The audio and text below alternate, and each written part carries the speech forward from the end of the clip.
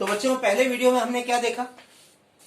हमने देखा भाई हमारा जो फोर्स है वो एक्चुअली क्या है, कैसे हम डिफाइन करेंगे।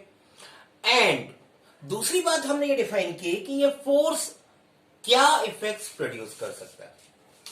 अब एक प्रॉपर्टी ऑफ फोर्स आपको ध्यान होगी, नहीं हो तो मैं चलो ध्यान दिला देता हूं। That is force is directed in the direction it is applied.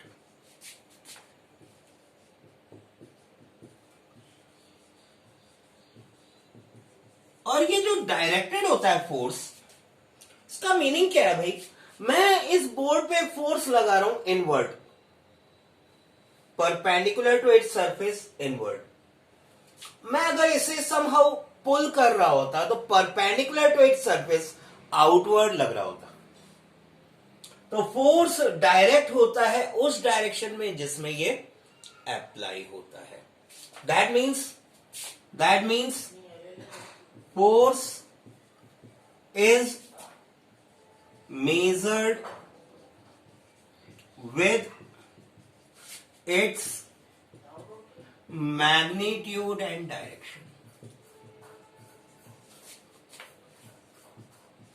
Magnitude के साथ इसका डायरेक्शन भी हमें मालूम होना जरूरी है।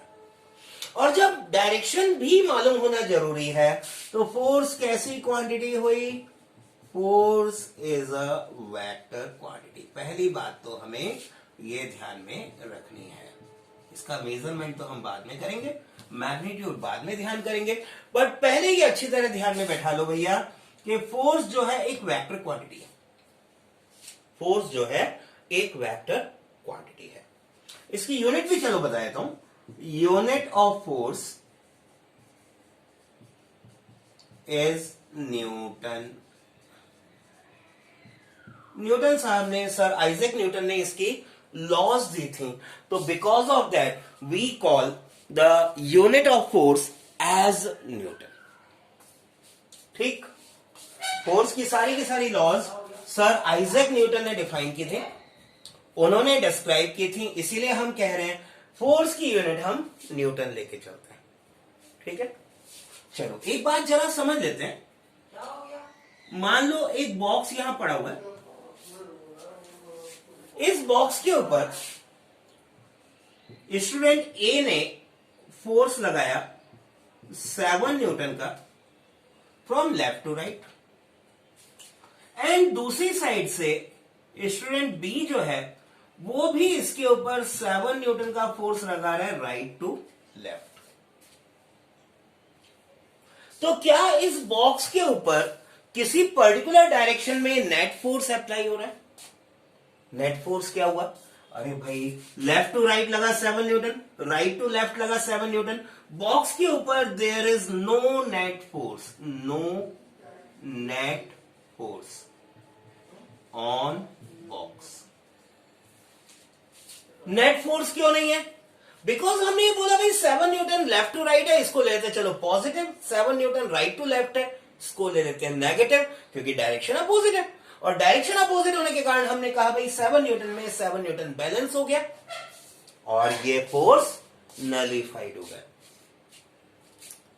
नहीं आया समझ में? चलो एक दूसरा एग्जांपल लेते हैं, ये ज्यादा आसानी से समझ में आ जाएगा। टग ऑफ वॉर देखिए, टग ऑफ वॉर, रस्सा कस्सी।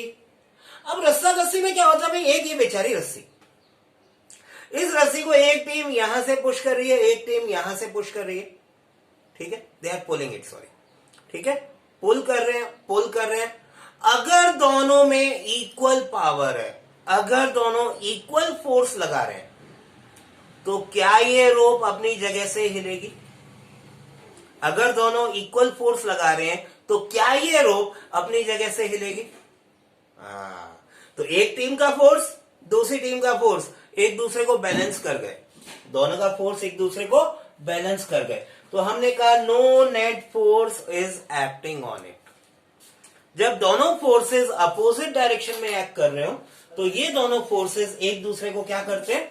इक्वल एंड अपोजिट फोर्सेस क्या करते हैं? बैलेंस कर जाते हैं। ठीक है, और क्योंकि ये बैलेंस कर रहे हैं फोर्सेस, वी से the body is under balanced force. इस समय हम ये नहीं कह सकते बॉडी में फोर्स एक्ट नहीं कर रहा, दो फोर्स एक्ट कर रहे हैं, but body is under the effect of balanced forces. ये जो फोर्सेस हैं एक दूसरे को बैलेंस कर रहे हैं और बैलेंस करके एक दूसरे को नलीफाई कर रहे हैं, एक दूसरे को नलीफाई कर रहे हैं। बट अगर मान लो एक और बॉडी है, एक और ऑब्जेक्ट है, उसके ऊपर एक स्टूडेंट सी मान लो सेम 7 न्यूटन का फोर्स लगा रहे हैं, एक और स्टूडेंट डी मान लो इस पे 5 न्यूटन का फोर्स लगा रहा है, तो क्या हम कह सकते हैं net force is 2 newton rightwards. Left to right इसके ऊपर फोर्स ज्यादा है, कितना ज्यादा है? 2 न्यूटन ज्यादा है। तो इसके ऊपर जो इफेक्टिव फोर्स हुआ, जो इफेक्टिव फोर्स हुआ वो इफेक्टिव फोर्स हुआ 2 न्यूटन का। Then this object is under the effect of unbalanced force. Then this object is under the effect of unbalanced force. तो भाई जरा बैलेंस्ड और अनबैलेंस्ड फोर्स को डिफाइन कर लेते हैं। What are balanced forces, what are unbalanced forces. ठीक है, बहुत सिंपल आसान सी बात ध्यान करोगे। What are balanced forces? क्योंकि हमने कहा भाई एक डायरेक्शन के पॉजिटिव होंगे, दूसरी डायरेक्शन के अपोजिट डायरेक्शन के नेगेटिव। तो बैलेंस्ड फोर्सेस का इफेक्ट कब होगा? A body is said to B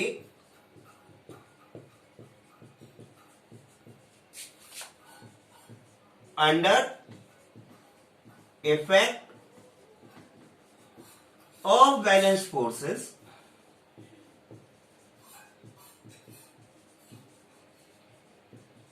if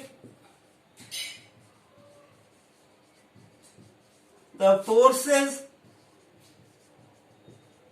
acting on it in various directions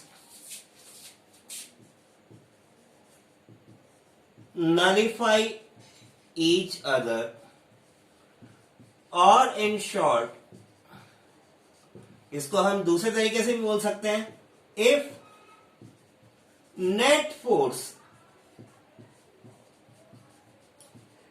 acting on a body is 0,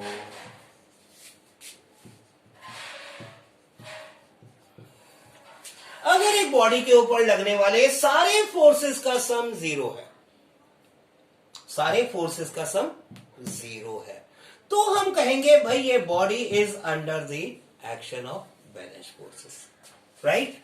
but unbalanced forces क्या होंगे? उल्टी बात हो जाएगी पूरी। अनबैलेंस्ड फोर्सेस का मतलब क्या होगा? If the net sum of external forces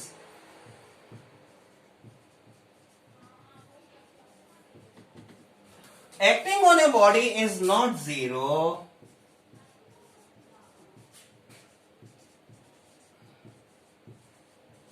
then it is under effect of unbalanced forces। Body unbalanced forces के इफेक्ट में है अगर उसके ऊपर लगने वाले सारे फोर्सेस का सम, सारे एक्सटर्नल फोर्सेस का सम 0 नहीं है, then the body is said to be under the effect of unbalanced forces. Simple. तो आज मुझे आपको इस वीडियो में इतना ही समझाना था कि हमारे बैलेंस्ड और अनबैलेंस्ड फोर्सेस क्या होते हैं। एंड बिलीव मी, ये पूरा चैप्टर जो है फोर्सेस के ऊपर डील कर रहा है, तो आपको फोर्सेस का एक एक कंसेप्ट बहुत अच्छी तरह क्लियर होना चाहिए, बैलेंस्ड अनबैलेंस्ड फोर्सेस में वापस से ध्यान देंगे। हमने कहा भाई एक ही ऑब्जेक्ट, इस ऑब्जेक्ट पे एक फोर्स लगा, दूसरा लगा, दोनों ने अगर इक्वल है और अपोजिट डायरेक्शन में है तो एक दूसरे को बैलेंस कर दिया। अगर दोनों इक्वल नहीं है, भले ही अपोजिट डायरेक्शन में है बट दोनों इक्वल नहीं है, देन वी से the body is not under the effect of balanced forces, it is under the effect of unbalanced forces. Is that clear? पक्का कमेंट सेक्शन में डालेंगे और मुझे बताएंगे क्या चीज दिक्कत दे रही है। I will try to explain it again to you. Right? All the very best.